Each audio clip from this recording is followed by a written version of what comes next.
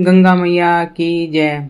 प्रतिवर्ष ज्येष्ठ माह के शुक्ल पक्ष की 10वीं तिथि को मां गंगा का जन्म उत्सव गंगा दशहरा के रूप में मनाया जाता है। गंगा दशहरा के दिन शुभ कर्म करने से जीवन में सुख शांति और समृद्धि बनी रहती है। कौन है मां गंगा? गंगा भारत में बहने वाली एक नदी है। यह उत्तराखंड के गंगोत्री से निकलती है। भारत के कई महत्वपूर्ण स्थानों से होकर गुजरती है। हिंदू धर्म में इसे अत्यंत पवित्र माना जाता है। गंगा नदी को मां का दर्जा दिया गया है।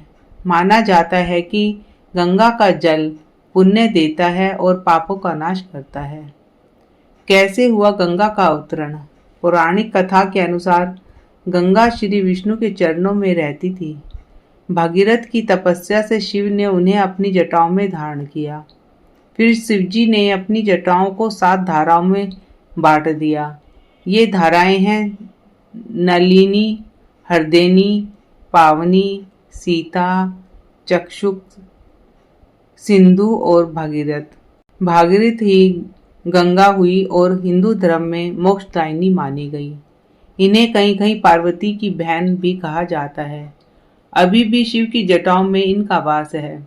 हिंदू धर्म में गंगा नदी को सबसे पवित्र और पूजनीय नदी माना जाता है। इसे माता भी कहा गया है और इसके घाटों पर आरती भी की जाती है। ऐसा माना जाता है कि गंगा में स्नान करने से व्यक्ति के सभी पाप नष्ट हो जाते हैं। यहाँ तक कि किसी भी जगह को पवित्र करने के लिए गंगाजल का छिड़काव किया जाता है।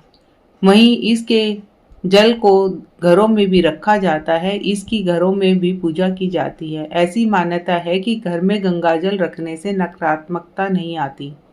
लेकिन क्या आप जानते हैं काशी वाराणसी में उल्टी गंगा क्यों बहती है? इसके पीछे का रहस्य क्या है?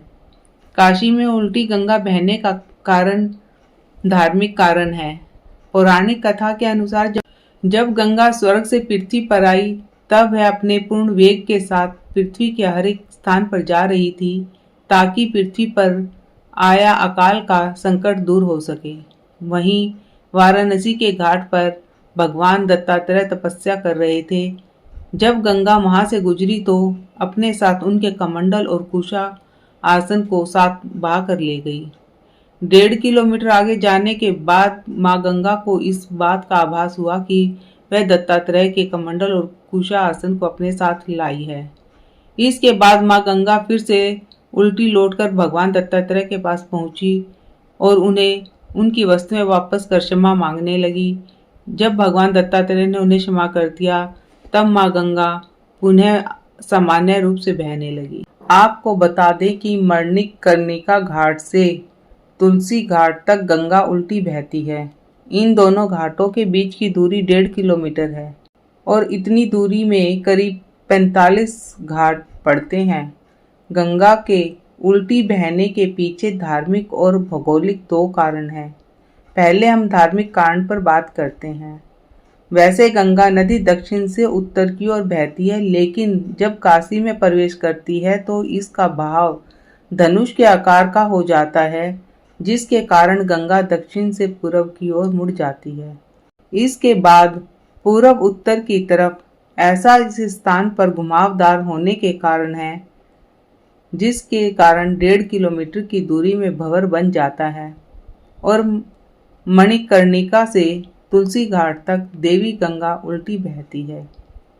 गंगा हिंदुओं के लिए एक देवी है जो एक पवित्र नदी के रूप में जानी जाती है। गंगा नदी को देवी गंगा का रूप माना जाता है जो पर्वत देवता की पुत्री है। गंगा नदी का धार्मिक और सांस्कृतिक महत्व बहुत अधिक है। हिंदुओं के लिए यह एक पवित्र नदी है जिसमें स्नान करने से पाप धुल जाते हैं और मोक्ष की प्राप्ति होती है। गंगा नदी को भारत की राष्ट्रीय नदी भी माना जाता है। गंगा नदी को एक ऐसी नदी के रूप में देखा जाता है जो जीवन और मृत्यु के चक्कर को दर्शाती है। गंगा नदी में अपने प्रियजनों की अस्थियों का विसर्जन करना उन्हें स्वर्ग भेजने का एक तरीका माना जाता है। बोलो गंगा मैया की जय।